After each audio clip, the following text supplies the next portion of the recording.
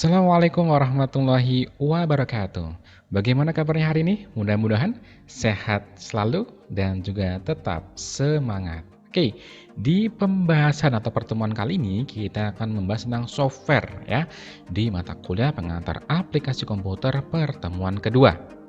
Ya, seperti apa sih software itu definisinya, macam-macamnya, jenis-jenisnya, pembagiannya. Yuk kita simak bareng-bareng ya. Jadi tujuannya kita mengenal software itu ya untuk bisa lebih memahami nih ya tentang kegunaannya ya, tentang seberapa jauh sih yang harus kita ketahui tentang seluk-beluknya, tentang jenis-jenis yang harus kita pahami. Ya, kita lihat ya, pertama definisinya, pengertian dari software. Nah, software ini merupakan sekumpulan data elektronik yang disimpan dan diatur oleh komputer. Data elektronik yang disimpan oleh komputer itu dapat berupa program atau instruksi yang akan menjalankan suatu perintah. Oke, jadi ada program-program yang ada dalam komputer kita, sistem komputer kita, yang bisa menjalankan instruksi-instruksi dari user kita, manusia.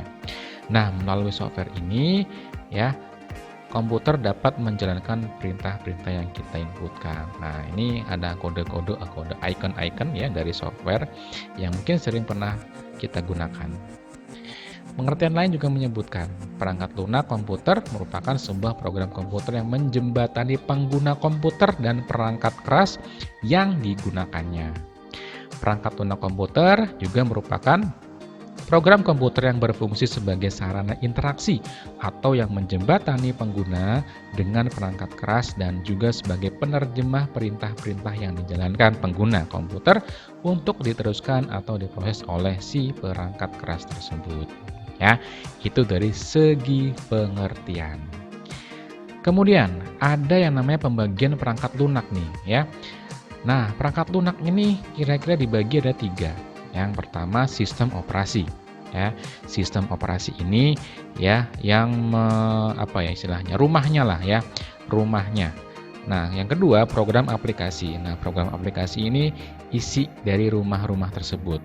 Ya, jadi ada aplikasi untuk Office, aplikasi untuk desain ya, aplikasi untuk presentasi. Nah, yang ketiga software pembuat program. Nah, software pembuat program ini untuk membuat aplikasi-aplikasi, sistem-sistem, bahkan juga untuk bisa membuat sistem operasi tersebut.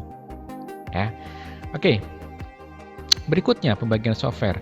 Nah, berdasarkan jenisnya terdiri dari 6 jenis software. Pertama, freeware. Nah, freeware ini merupakan aplikasi atau software yang bisa digunakan oleh semua orang tanpa perlu membayar, jadi gratis ya istilah kata. Jadi ya udah kamu pakai aja software ini, tidak perlu beli, tidak perlu membayar lisensi, silakan dipakai gratis. Nah, itu freeware. Nah, yang kedua, shareware. Bedanya dengan freeware apa? Kalau shareware itu gratisnya hanya sementara, misalkan sebulan atau seminggu ya. Setelah itu kalau sudah masa uji cobanya selesai, nah silakan kalau mau pakai lagi silakan bayar. Nah, itu shareware ya. Oke. Kemudian ada yang ketiga namanya firmware. Nah, firmware ini yaitu perangkat lunak terprogram yang ditempatkan di perangkat keras ya.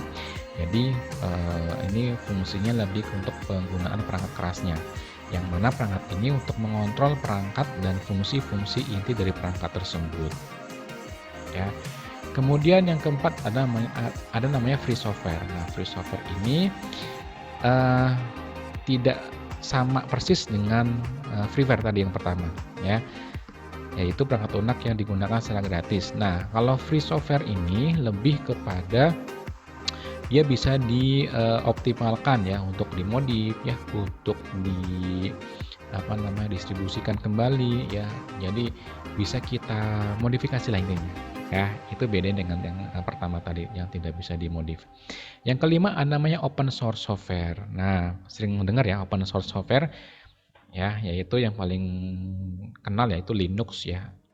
Atau juga ada yang di handphone kita ya, Android itu sebutannya atau jenisnya masuk ke open source software. Nah, yang keenam terakhir yaitu malware. Nah, malware ini semacam sistem atau aplikasi untuk merusak sistem komputer kita ya. Contohnya ada virus, ada trojan, ada worm dan lain sebagainya. Nah, ini dari pembagian-pembagian jenis software ini. Macam dan jenis software. Oke, ya, macam dan jenis software nih. Jadi ada berapa macam sih dan jenis software ini? Nah, pertama software aplikasi.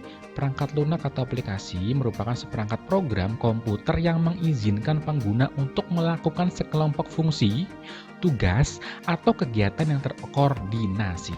Nah, aplikasi tidak dapat berjalan dengan sendirinya, tetapi bergantung pada sistem operasi untuk bisa berjalan, ya. Jadi harus ada aplikasinya, ya, sistem operasinya, tidak bisa berdiri sendiri. Ya, misalkan kita menggunakan Microsoft Word, tidak bisa ya Microsoft Word, harus diinstal dulu ke sistem operasi. Oke. Berikutnya ya. Nah, aplikasi yang pertama kita Office deh ya. Office ini ada pengolah kata. Nah, pengolah kata sering lihat ya, ini merupakan aplikasi yang berfungsi untuk melakukan manipulasi dan mengolah kata-kata yang nantinya diperlukan untuk pembuatan dokumen atau untuk merangkum sesuatu. Contoh yang disebut pengolah kata ada Microsoft Word, OpenOffice, Writer, dan Lotus Word atau LibreOffice Word. Nah, ini banyak sekali di internet ya, silahkan bisa dicari. Yang kedua ada pengolah angka nih. Nah, ini fungsinya untuk melakukan pengolahan angka ya, seperti melakukan perhitungan, operasi aritmatik dan lain sebagainya. Sebut saja contohnya Excel, OpenOffice, kalkulator, KS Spread. Nah, ini juga banyak tersedia. Berikutnya software presentasi ya. Ini tujuannya fungsinya untuk membuat suatu dokumen atau file yang dapat digunakan untuk presentasi yang mana mendukung berbagai animasi yang diperlukan. Selama presentasi dan fitur-fitur lainnya juga cukup banyak tentunya ya.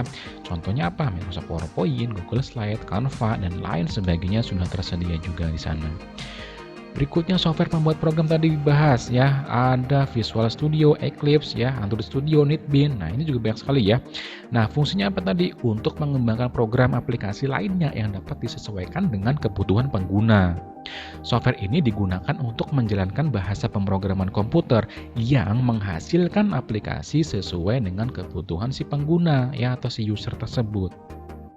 Contohnya tadi ya. Nah, ini bisa kita manfaatkan untuk membuat software-software ya atau aplikasi-aplikasi yang sekiranya bermanfaat.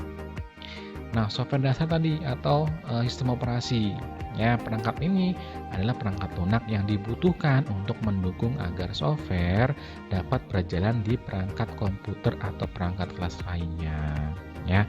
Jadi pentingnya software dasar atau sistem operasi yang sering kita kenal ada Linux, ada Windows, ada Android ya.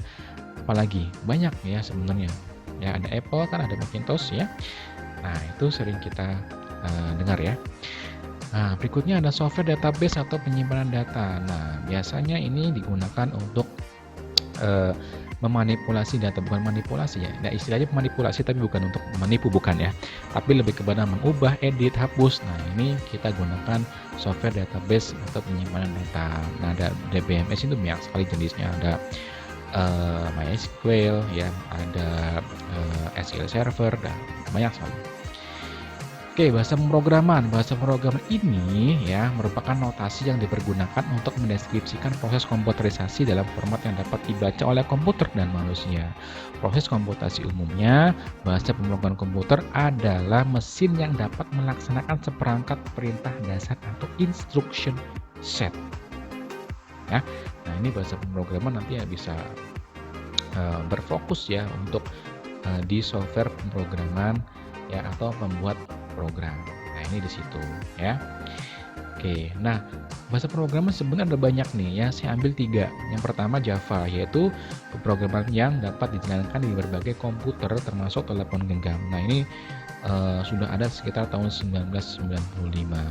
Sedangkan bahasa C ya ini pada tahun 1972 yang diciptakan oleh Dennis Rich ya untuk sistem operasi Unix di Bell Telephone Laboratories. Yang ketiga yang sering kita dengar bahasa PHP yaitu pemrograman website ya. Jadi sering kita gunakan web itu biasanya pakai PHP yang paling banyak dipakai. Nah, ini dinamis ya PHP ini. karena walaupun tidak tertutup kemungkinan untuk digunakan untuk pemakaian yang lain ya, tidak hanya untuk di web saja. Nah, itu. Oke, jika suatu mimpi jatuh dan pecah menjadi ribuan keping, jangan pernah takut untuk mengambil salah satu dari kepingan itu dan mulai lagi. Flavia. Oke, mudah-mudahan apa yang disampaikan dalam video pembelajaran ini bermanfaat ya. Kita ketemu lagi di pertemuan berikutnya. Jika ada pertanyaan, silakan tanyakan di kolom komentar ya. Terima kasih. Assalamualaikum warahmatullahi wabarakatuh. Dadah.